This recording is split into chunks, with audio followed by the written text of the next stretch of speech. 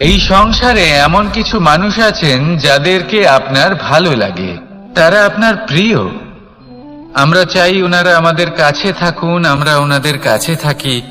এবার সেই ক্ষেত্রে আমরা তাদের ভালো ভালো উপহার দেওয়ার চেষ্টা করি, কারণ ওনারা হলেন আমাদের প্রিয়। আর তার বদলে আমরা আশা করে থাকি যে ওনারা আমাদের একটু সম্মান করবেন।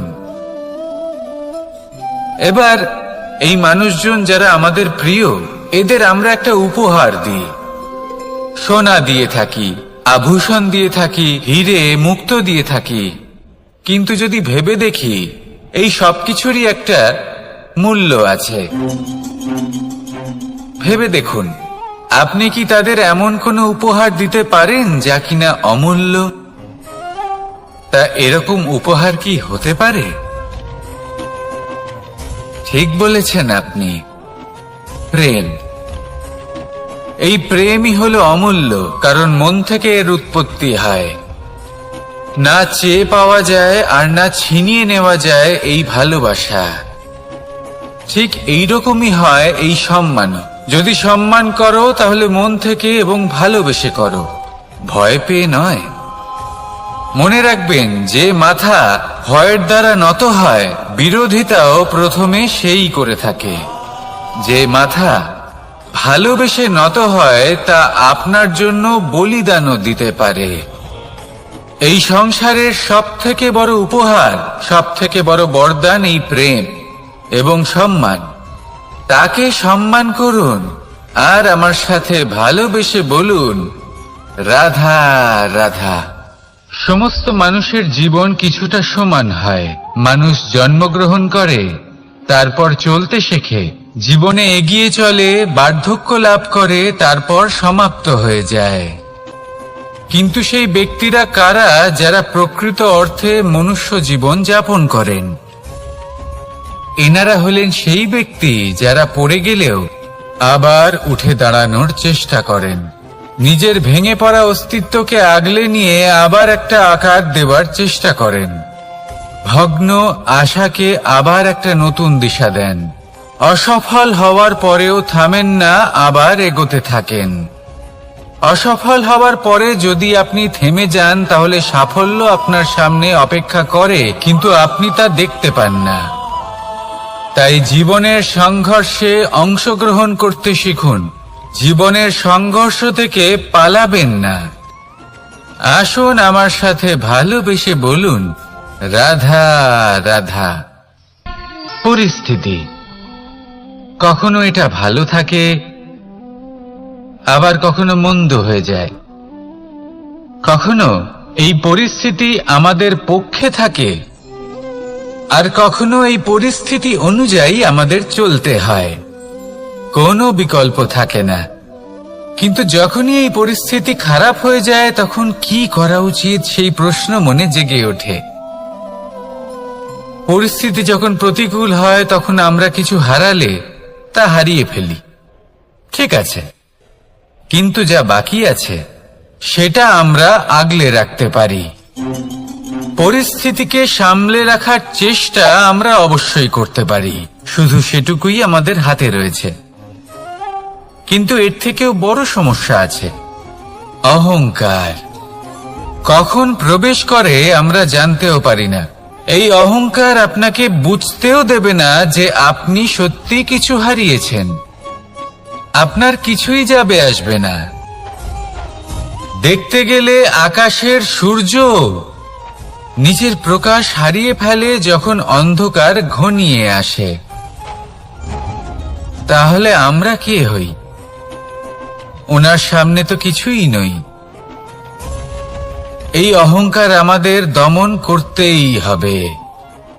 এটা বিশ্বাস করতে হবে যে এই সমগ্র সৃষ্টিতে আমরা শুধুমাত্র একটা কণা, তার থেকে বেশি আর কিছুই নয়। বিশ্বাস করতে হবে যে আমরা ততটাও বড় নই যে কখনোই কিছুই হারাবো না। এবার যেদিন এই জ্ঞান আপনি আত্মস্থ করে নিজের আচরণ পাল্টাবেন, মনে রাখবেন সেই দিনই অহংকারকে দমন করতে আপনি পথে অগ্রসর হয়ে পড়েছেন। এই অহংকারকে দমন করুন আর আমার সাথে ভালোবেসে বলুন, রাধা রাধা। বনস্পতি ফলনের জন্য আমাদের কিসের প্রয়োজন পড়ে? একটু ধরিত্রীর, একটু পরিশ্রমের, আর একটা বীজের। এবার যদি মানুষের কথা বলি, তাহলে এখানে ধরিত্রী হলো মানুষের এই জীবন, যেখানে মানুষ নিজের ইচ্ছের ফল ফুল ফলন করতে চায়। পরিশ্রম হলো আমাদের কর্ম, আর বীজ হলো আমাদের নির্বাচন। আমাদের বেছে নিতে হবে যে আমরা কি বপন করব, আম নাকি ফণি মনসা। এর মধ্যে আমরা কি পেতে চাই? রসালো ফলের ফলন চাই নাকি কাঁটার ফলন চাই, তা আমাদের উপর নির্ভরশীল। কিন্তু একটা কথা ঠিক, লক্ষ্য যেমনই হোক না কেন, জীবন যেমনই হোক না কেন, যদি আপনি লক্ষ্যের দিকে এগোতে থাকেন, তাহলে কর্মের সাথে খামখেয়ালি আচরণ করতে পারবেন না। যদি আপনি এমন করেন, তাহলে এটা আপনাকে একটা অনুচিত লক্ষ্যে পৌঁছে দেবে, সেটা কিন্তু নিশ্চিত। সবসময় এটা মনে রাখবেন, কর্মের সাথে খামখেয়ালি হবেন, অর্থাৎ কর্মফলও আপনার সাথে খামখেয়ালি হবে। তাহলে নিষ্ঠার সাথে কর্ম করতে থাকুন আর নিজের লক্ষ্যকে প্রাপ্ত করুন। আর আমার সাথে ভালোবেসে বলুন, রাধা রাধা। জীবনে এমন কিছু কাজ রয়েছে যা আমাদের কখনোই করা উচিত নয়, যেমন আশা করা। যদি আপনি আশা করেন আর আপনার আশা পূর্ণ না হয়, আপনি খুবই কষ্ট পাবেন। এবার আপনি যদি প্রতীক্ষা করেন, করতেই থাকেন, আর সেই ব্যক্তি যদি না আসে, তাহলেও খুব কষ্ট পাবেন। আর হলো তুলনা। আপনি যদি তুলনা করতে যান, তাহলে এটাই ভাববেন যে হয় আমি বা অন্য কোনো ব্যক্তি, এই দুজনের মধ্যে কোনো এক ব্যক্তি নিকৃষ্ট। আর এই ভাবনাটাই হলো অনুচিত। যদি আমরা কথা বলি সেই সব বিষয়ে যা আমাদের করা উচিত, যেমন পরীক্ষা, এই পরীক্ষা সবসময় আমাদের আরো সফল করে তোলে, আরো শ্রেষ্ঠ করে তোলে, আরো উৎকৃষ্ট করে তোলে। আসন্ন মহাসংগ্রামের জন্য আমাদের প্রস্তুত করে তোলে এই পরীক্ষা। তাই এই পরীক্ষার থেকে কখনোই পালাবেন না, এর সম্মুখীন হন। আর হলো কর্ম। কর্ম করা কখনোই বন্ধ করবেন না। তুলনা করার বদলে কর্ম করুন, প্রতীক্ষা করার বদলে কর্ম করুন, আর আশা করার বদলে কর্মই করুন। জীবন সফল হয়ে যাবে। দেখুন, সবার শেষে সত্যি বলতে এই কর্ম আর এই পরীক্ষা, এই দুই আমাদের জীবনকে সুখী করে তুলতে পারে। আসুন আর আমার সাথে ভালোবেসে বলুন, রাধা রাধা। এই জীবন কিভাবে বদলানো সম্ভব? কিছু মানুষ বলেন যে নিরন্তর কাজ করলে, পুরুষার্থ পালন করলে এই জীবন বদলে ফেলা সম্ভব। আজ আমি আপনাকে বোঝাবো যে এক মুহূর্ত, সময় আর সিদ্ধান্ত কতটা গুরুত্বপূর্ণ হয়। এক মুহূর্তই যথেষ্ট। একটা মুহূর্ত এত শক্তিশালী হতে পারে যে তা আপনার সমগ্র জীবন পাল্টে দিতে পারে। এমন এক সময় ছিল শ্রীরামের কাছে, যখন ওনাকে সিদ্ধান্ত নিতে হয় যে উনি নিজের পিতার আদেশ পালন করতে বনবাসে যাবেন নাকি যাবেন না। উনি সেই আদেশ পালন করেছিলেন। তারপর সময় অনুসারে উপযুক্ত সিদ্ধান্ত নিলেন। আর আজ সকলের মনে বসবাস করেন শ্রীরাম। আর অন্যদিকে আছে রাবণ। ওনার কাছে একটা সময় ছিল, একটা সুযোগ ছিল নিজের প্রারব্ধকে শুভ করে তোলার। উনি ভুল করলেন আর মৃত্যু লাভ করলেন। নির্বাচন সবসময় আপনার হাতে, শুধু আপনাকে সময়কে বুঝতে হবে, সেই মুহূর্তকে বুঝতে হবে আর উচিত সিদ্ধান্ত নিতে হবে, ব্যাস। বুঝতে শিখুন এই সময়ের দাবি কি, বুঝতে শিখুন এই সময়ের ইচ্ছে কি, আর উচিত সিদ্ধান্ত নিন। আর আমার সাথে ভালোবেসে বলুন, রাধা রাধা। মানুষের শরীর থেকে যা কিছু নির্গত হয় সবই পচনশীল, তা থেকে দুর্গন্ধ বেরোয়, একটা ঘৃণাবোধ জন্ম নেয়।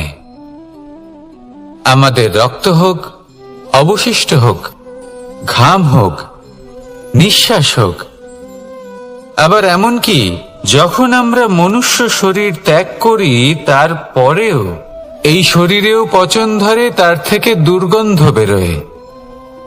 কিন্তু বিষয়টা হলো এটা আমাদের হাতেই নেই। তাহলে আমাদের হাতে কি রয়েছে? আমাদের কর্ম, আমাদের উদ্দেশ্য আর আমাদের বাণী। যদি এইগুলো শুভ রাখেন তাহলে শুধু নিজে সুগন্ধিত থাকবেন না, এই সমগ্র সংসারকে সুগন্ধিত করে তুলবেন। কথায় আছে যে বাণীর থেকে অধিক মূল্যবান আর কিছুই নেই। সেই জন্য যে কোনো কথা বলার আগে নিজের শব্দকে নিজের মনের তুলাদণ্ডে মেপে দেখুন, তারপরে তার প্রয়োগ করুন। কখনো কখনো এমনও হতে পারে যে আপনার কথা কারোর জীবনে আশীর্বাদ হয়ে দাঁড়ালো, যার দ্বারা হয়তো সে শক্তি এবং প্রসন্নতা লাভ করলো। আবার এমনও হতে পারে যে আপনার কথা হয়তো কারোর মনে এমন আঘাত দিল, সে সেই আঘাত কোনোদিনও ভুলতে পারল না। আসুন আমার সাথে ভালোবেসে বলুন, রাধা রাধা। ইচ্ছে এবং চেষ্টা, এই দুই মানুষের মধ্যে আছে, কিন্তু এই দুইয়ের মধ্যে সামঞ্জস্য থাকা খুব প্রয়োজন। আপনার যা ইচ্ছে সেটা পূর্ণ করার জন্য চেষ্টার প্রয়োজন তো অবশ্যই। আপনি যে স্বপ্ন দেখেন সেটা পূর্ণ করার জন্য নিদ্রা ত্যাগ করে চেষ্টা করা অত্যন্ত প্রয়োজনীয়, নয়তো এই স্বপ্ন কখনোই পূর্ণ হবে না। যদি আপনি কোনো প্রশ্নের উত্তর চান তাহলেও আপনাকে চেষ্টা করতেই হবে। জীবনে যদি সামনে এগোতে হয় তাহলে পাকে কষ্ট দিয়ে সামনে এগোতে হবে, চেষ্টা অবশ্যই করতে হবে। যদি আপনি চেষ্টা না করেন, পরিশ্রম না করেন, তাহলে এই সংসার আপনাকে পেছনে ফেলে সামনে এগিয়ে যাবে। নিজের ইচ্ছেগুলিকে মন থেকে বাস্তবে আনুন আর চেষ্টার দ্বারা তাকে সার্থক করুন। এই মন প্রসন্ন হয়ে বলবে, রাধা রাধা। জীবনে কখনো সাফল্য আসে, আবার কখনো অসফলতা, কখনো আশা পাওয়া যায়, কখনো নিরাশা, কখনো জয় লাভ করি, আবার কখনো পরাজয়। এর পেছনের কারণটা জানা অত্যন্ত প্রয়োজনীয়। যদি আমি পরাজয়ের কথা বলি, যখনই আমরা পরাজয় লাভ করি আমরা ভাবতে থাকি যে এমন কেন হলো? আমাদের শত্রু কি বেশি শক্তিশালী ছিল, নাকি আমাদের নীতিতে কোনো খামতি ছিল? এই সমস্ত কারণের পেছনে খুব বড় একটা কারণ থাকে, আর সেই কারণ আমাদের অন্তরে সুপ্ত থাকে। ধরে নিন একটা পথ, তাতে আপনি চলছেন, সেই পথ কাঁটায় পরিপূর্ণ, কিন্তু আপনি পাদুকা পরে রয়েছেন আর আপনি হেঁটে সামনে এগিয়ে যান। এবার এমন একটা পথ এলো যা পুষ্পে ঢাকা, আর আপনি পাদুকা পরে রয়েছেন, কিন্তু আপনার পাদুকাতে একটা পাথর আটকে গেল। তখন দু পা হাঁটাও খুব কঠিন হয়ে পড়ে। এই সংসারের যে কোনো শক্তি আপনাকে পরাস্ত করার পূর্বে আপনি জানেন কে আপনাকে পরাস্ত করতে পারে? আপনার অন্তরের দুর্বলতা, আপনার অন্তরের সেই সুপ্ত শত্রু। আর সেই জন্য ইতিবাচক মনোভাব গুরুত্বপূর্ণ হয়ে পড়ে। ভালো মানুষদের সাথে থাকুন, সৎসঙ্গে থাকুন, বন্ধুত্ব করুন, ভালোবাসুন। এই ভালোবাসা এত শক্তিশালী এক অস্ত্র যাকে ব্রহ্মাস্ত্র পরাস্ত করতে পারে না। এই সমস্যারূপী পাথর কিছুই নয়। আসুন আমার সাথে ভালোবেসে বলুন, রাধা রাধা। এই জীবন আসলে কি? আমরা কারা? আমাদের অস্তিত্ব আসলে কি? পঞ্চতত্ত্ব দ্বারা নির্মিত আমাদের এই শরীর। আর এর মধ্যে পরমাত্মার একটি অংশ আত্মারূপে বসবাস করে। আর যখন এই জীবন সমাপ্ত হবে তখন আমাদের আবার এই পঞ্চতত্ত্বের মধ্যে বিলীন হয়ে যেতে হবে। এটাই সত্য। এবার অনেক মানুষ আছেন এমন অনেক চেষ্টা করতে থাকেন এমন কর্ম করার যাতে এই সংসার তাদের চিরস্মরণীয় করে রাখবে। কিন্তু এই জীবন আসলে কি? সেই সময় যখন আমরা নিঃশ্বাস নিই, আমাদের হৃৎস্পন্দন হয়, আমরা যে মুহূর্তগুলো যাপন করি, এবার এই মুহূর্তগুলিতে আমরা কি করব সেটা অত্যন্ত গুরুত্বপূর্ণ। আমরা কি অহংকার করব নাকি পরোপকার করব? এই সৃষ্টিকে বেঁধে রাখার চেষ্টা করব নাকি নিজেকে উন্নত করে তোলার চেষ্টা করব? এটাই শিক্ষা যে বল হোক বা কায়া, এর প্রতি আমাদের না অহংকার করা উচিত আর না মোহ। শুধু প্রত্যেকটা মুহূর্ত প্রেমময় হয়ে বাঁচুন আর ভালোবেসে বলুন রাধা রাধা। এই সংসারের সব থেকে বড় শক্তি আসলে কি? দৈহিক শক্তি, ভৌতিক শক্তি, রাজনৈতিক শক্তি, স্বর্ণের শক্তি, বিদ্যার শক্তি নাকি মায়ার শক্তি, ভক্তির শক্তি নাকি নিরাশক্তির শক্তি? এই সংসারের সব থেকে বড় শক্তি হলো হাসি মুখের। যদি আপনি এবং আমি এমন কোন সময় হাসতে পারি যেখানে মুখে হাসি আসা প্রায় অসম্ভব, তাহলে বিশ্বাস করুন এই সংসারে কেউ আপনাকে ভাঙতে পারবে না। এটা কিছুটা সেই রেশমের কীটের মতো যে চারিদিক থেকে নিজেকে ঢেকে রাখে একটা খোলসের মধ্যে থাকে কিন্তু জীবিত থাকে। এই হাসি মুখ এটা শুধুমাত্র একটা আবেগ নয়, এটা সংসারের যে কোনো অভাব দূর করে। অভাব আশার, অভাব বিশ্বাসের। এই হাসি আপনার অন্তরে আশার আলো জাগ্রত করে আর এই সংসারের হতাশা দূর করে দেয়। তাই কঠিন থেকে কঠিনতর প্রতিদিন তার জন্য কর্ম করা, দৃঢ় নিষ্ঠার সাথে উত্থান পতনে সামনে এগোতে থাকা আর নিজের লক্ষ্য প্রাপ্ত করা, এটাই কি সাফল্য? যদি আপনার কোনো বস্তু লাভ করতে হয়, কোনো শক্তি লাভ করতে হয় বা কোনো স্থান লাভ করতে হয়, তাহলে তার জন্য এসব ঠিক আছে, কিন্তু বাস্তবে সাফল্য এটা নয়। আপনার কাছে থাকা কোনো বস্তু, শক্তি বা স্থান আপনি কিভাবে ব্যবহার করবেন তা আপনার উপর নির্ভরশীল। যদি তার সঠিক ব্যবহার আপনাকে করতে হয় তাহলে উচিত সময় এবং উচিত স্থানে আপনাকে থাকতেই হবে। একে নিয়তিও বলা হয়। এবার ধরুন এমন কোন গ্রন্থ আছে যা জ্ঞানের দ্বারা ভরপুর, এমন জ্ঞান যার দ্বারা জীবন বদলে দেওয়া সম্ভব। এবার এই গ্রন্থ যদি এমন কোন ব্যক্তির হাতে পৌঁছয় যিনি নিরক্ষর, তিনি কি এই গ্রন্থের সদ্ব্যবহার করতে পারবেন? কখনোই নয়। সেই জ্ঞান দিয়ে নিজের আচরণ পাল্টাতে পারবেন? কখনোই নয়। সেরকমই ধরুন কোন ব্যক্তি যার কাছে একটা অস্ত্র আছে যার দ্বারা উনি শত্রুকে শেষ করে দিতে পারেন, কিন্তু সেই ব্যক্তি হলেন একজন কাপুরুষ। তিনি কি শত্রুকে শেষ করতে পারবেন? তিনি কি জয়লাভ করতে পারবেন? কখনোই নয়। আপনার কাছে কি আছে তার থেকেও বেশি গুরুত্বপূর্ণ আপনি তা দিয়ে কি করবেন। উচিত ব্যক্তির সাথে উচিত সময় উচিত স্থানে থাকা বেশি গুরুত্বপূর্ণ।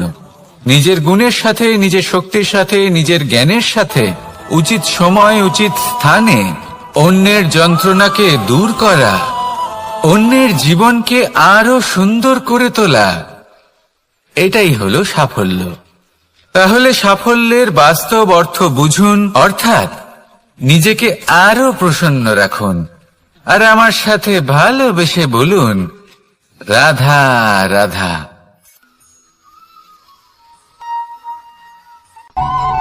অনেক সময় মানুষ অতীতকে দেখেন আর তখন অহংবোধে পরিপূর্ণ হয়ে ওঠেন। কখনো বর্তমানের দিকে তাকান ভবিষ্যতের দিকে তাকান আর পরিতৃপ্তিতে ভরে ওঠেন। কেন বুঝতে পারেন না একটা সহজ কথা? এই যে সৃষ্টি, এই সৃষ্টি হলো একটা বড় চক্র, যা বারংবার আপনার কাছে ফিরে আসবেই। কঠিন থেকে কঠিনতর পরীক্ষায় আপনাকে নিযুক্ত করবে, যাতে আপনাকে উত্তীর্ণ হতেই হবে। যা কাল ছিল তা আজ নেই, এটা সবাই জানেন। যা আজ আছে তা হয়তো কাল থাকবে না, এটাও আপনাকে মেনে নিতে হবে, তাও আবার হাসি মুখে।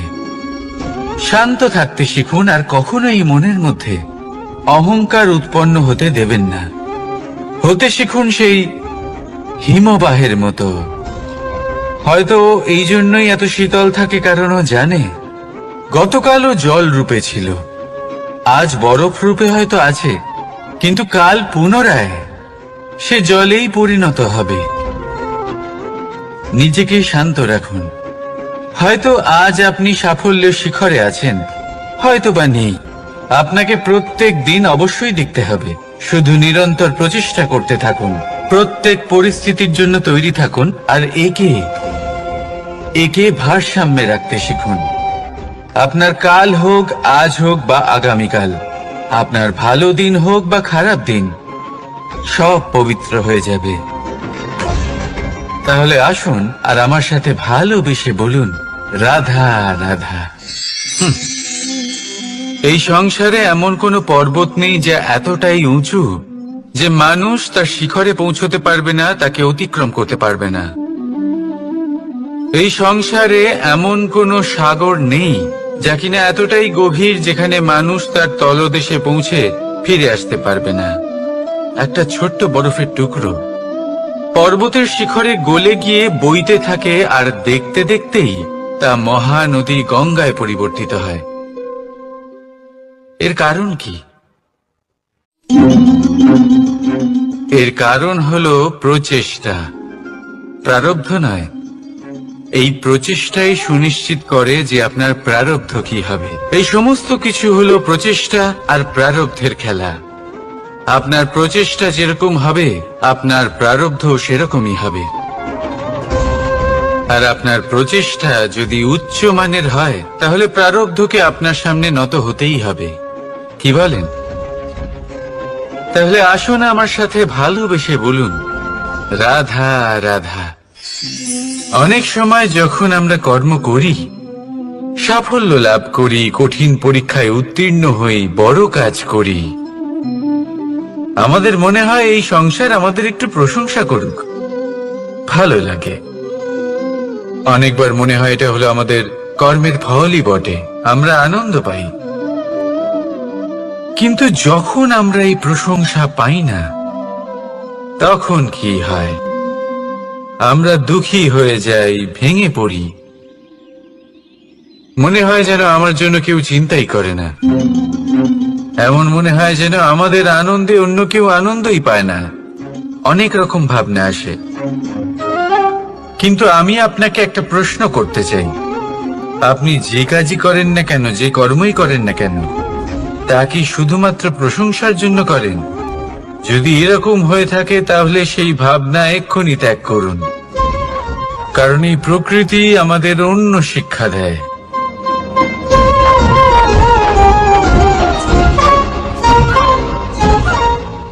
এই ফুলকে দেখুন,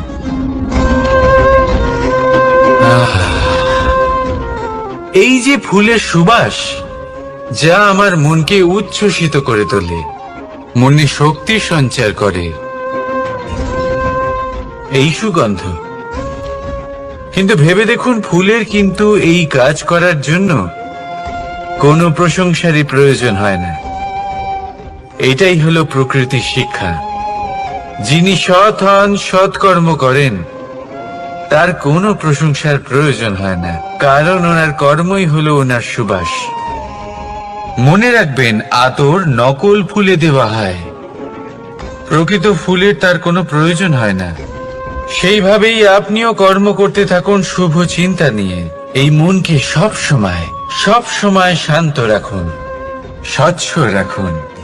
যদি এরকম করেন, তাহলে আপনার কর্ম এমন সুবাস ছড়াবে যে আপনার জীবনে শুধু এবং শুধুমাত্র আনন্দই থাকবে। তাহলে এই আনন্দ সহকারে বলুন, রাধা রাধা। জীবন, এই জীবন আসলে কি?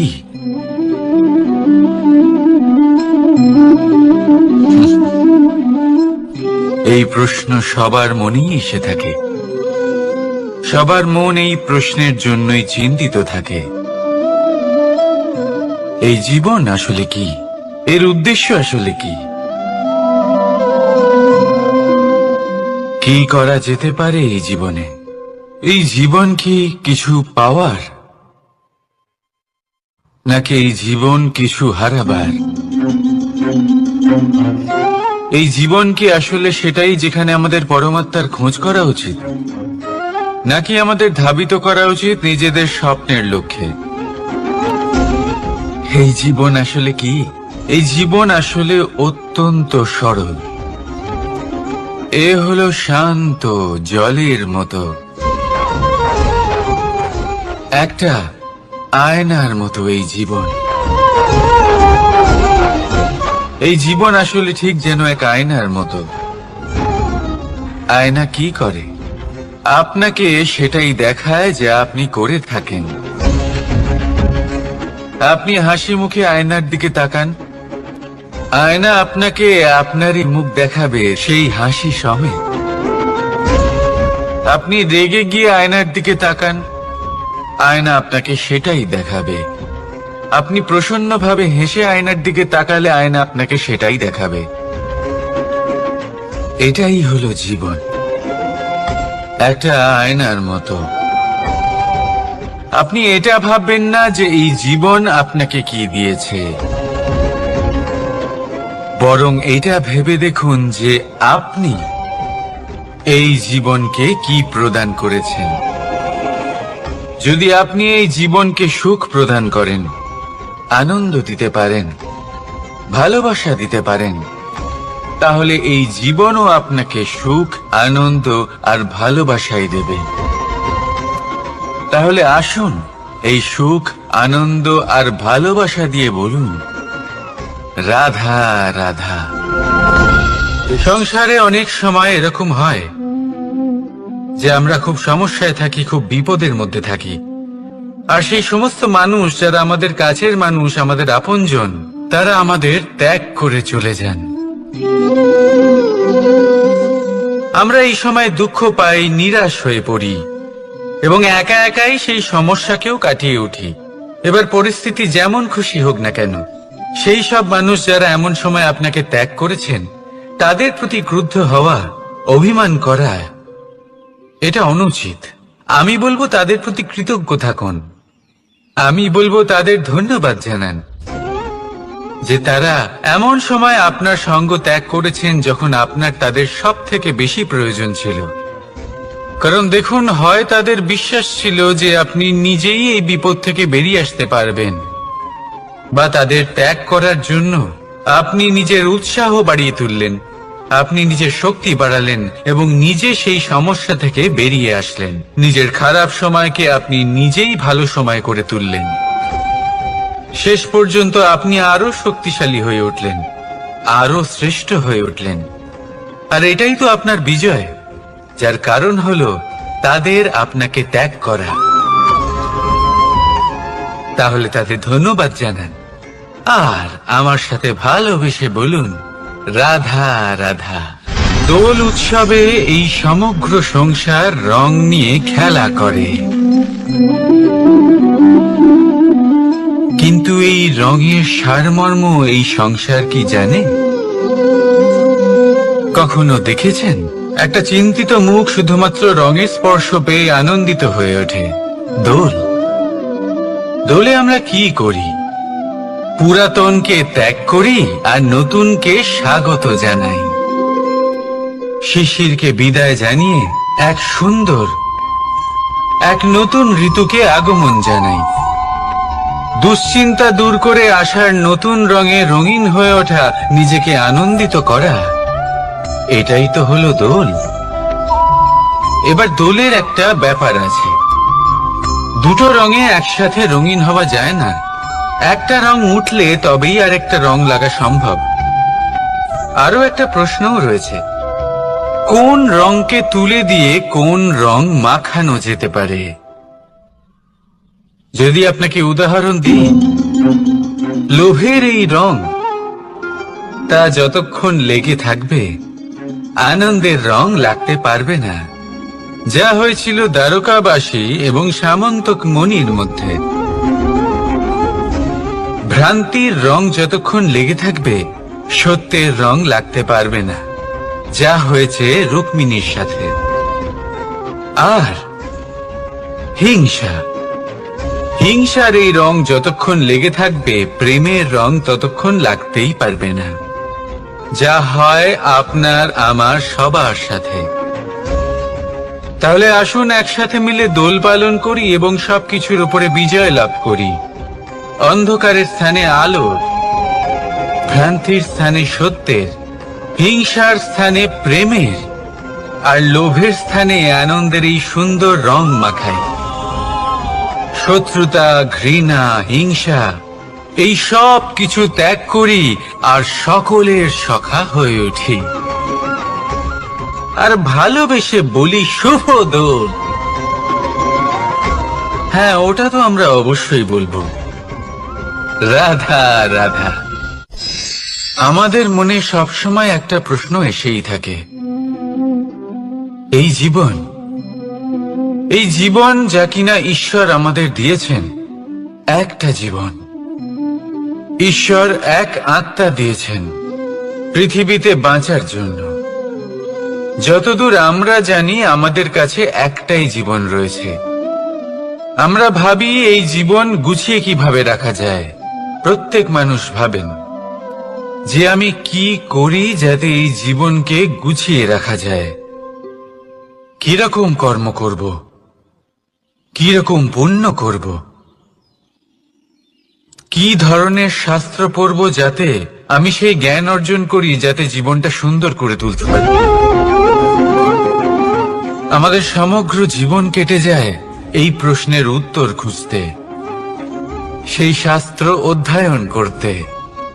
এমন অনেক মানুষ তাও বুঝতে পারেন না। আসুন আজ আমি আপনাকে একটা সহজ কথা বলি, যার দ্বারা আপনি নিজের জীবন সুন্দর করবেন। জীবন, জিহ্বা, এদের দুজনেরই হলো একটাই রাশি। জিহ্বা অর্থাৎ আপনার কথা, এই কথাকে সংযত রাখুন, একে সুন্দর করে তুলুন, মধুর কথা বলুন, যতটা সম্ভব একে নিয়ন্ত্রণে রাখুন। আপনার জীবন সুন্দর হয়ে উঠবে। কারণ এই শব্দ হয় অত্যন্ত শক্তিশালী। এটা হলো এমন এক বন্ধন যা আপনার সামনের মানুষকে আপনার ব্যক্তিত্বের সাথে জুড়ে দিতে পারে। তাই এই শব্দ সংযত রাখুন, একে সুন্দর করে তুলুন। আপনার জীবন আপনা থেকেই সুন্দর হয়ে উঠবে। আর আসুন এই মধুর সুন্দর অনুভূতি দিয়ে বলুন, রাধা রাধা। এই জীবন আসলে কি? এ হলো জন্ম থেকে মৃত্যু পর্যন্ত এই সময়। কিছু মানুষ এটা বলে থাকেন যে এই যে নিঃশ্বাস নিচ্ছি, এই হলো জীবন। আর প্রত্যেক ব্যক্তি, প্রত্যেক প্রাণী, তাদের নিঃশ্বাস নির্ধারিত থাকে, নির্দিষ্ট হয়ে থাকে। তাকে সেই নির্ধারিত নিঃশ্বাস নিতেই হয়, তারপর তিনি মৃত্যু লাভ করেন। কিন্তু এটা কি সত্যি? সত্যি কি মনুষ্য জীবন এই নিঃশ্বাসের উপর নির্ধারিত থাকে? এই নিঃশ্বাসের গণনাই কি মনুষ্য জীবনের অস্তিত্ব? কখনোই নয়। মনুষ্য জীবন শুধু কিছু নিঃশ্বাস নয় যে একদিন থেমে যাবে।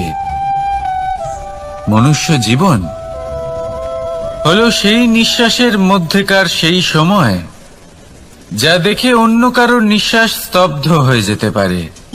সেই মুহূর্ত যেখানে মানুষ আপনার মধ্যে সেই প্রেম দেখতে পারে, আপনার সাহস দেখতে পারে, আপনার শক্তি দেখতে পারে, আপনার চেষ্টা দেখতে পারে, আপনার পরিশ্রম দেখতে পারে, অন্যায় আর দুর্নীতির বিরুদ্ধে আপনার যুদ্ধ দেখতে পারে।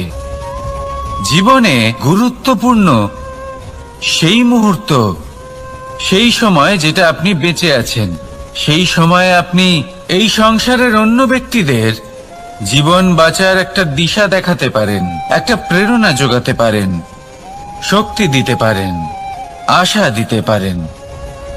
তাই জীবনে এটাই করুন, এমন একটা জীবন যাপন করুন যা অন্যের জন্য আদর্শ হয়ে থাকে। এটাই করুন আর আমার সাথে ভালোবেসে বলুন, রাধা রাধা। আমরা সবাই নিজেকে স্বচ্ছ রাখতে চাই, শুদ্ধ রাখতে চাই, পবিত্র রাখতে চাই। আর দেখতে গেলে এটা হলো আমাদের কর্তব্যও বটে। এবার এটার জন্য আমরা কি না করি। যখনই আমরা সকালে উঠি তখন উঠেই আমরা দাঁত মাজি। দিনে যখনই আমরা সময় পাই কিছু সুগন্ধি খাদ্য খাবার চেষ্টা করি, যাতে আমাদের মুখ থেকে দুর্গন্ধ না আসে, বরং সুগন্ধ আসে। এই পা দুটো আমরা শুদ্ধ রাখার জন্য, পবিত্র রাখার জন্য যখনই আমরা বাড়ির বাইরে যাই, পাদুকা পায়ে দিয়ে যাই।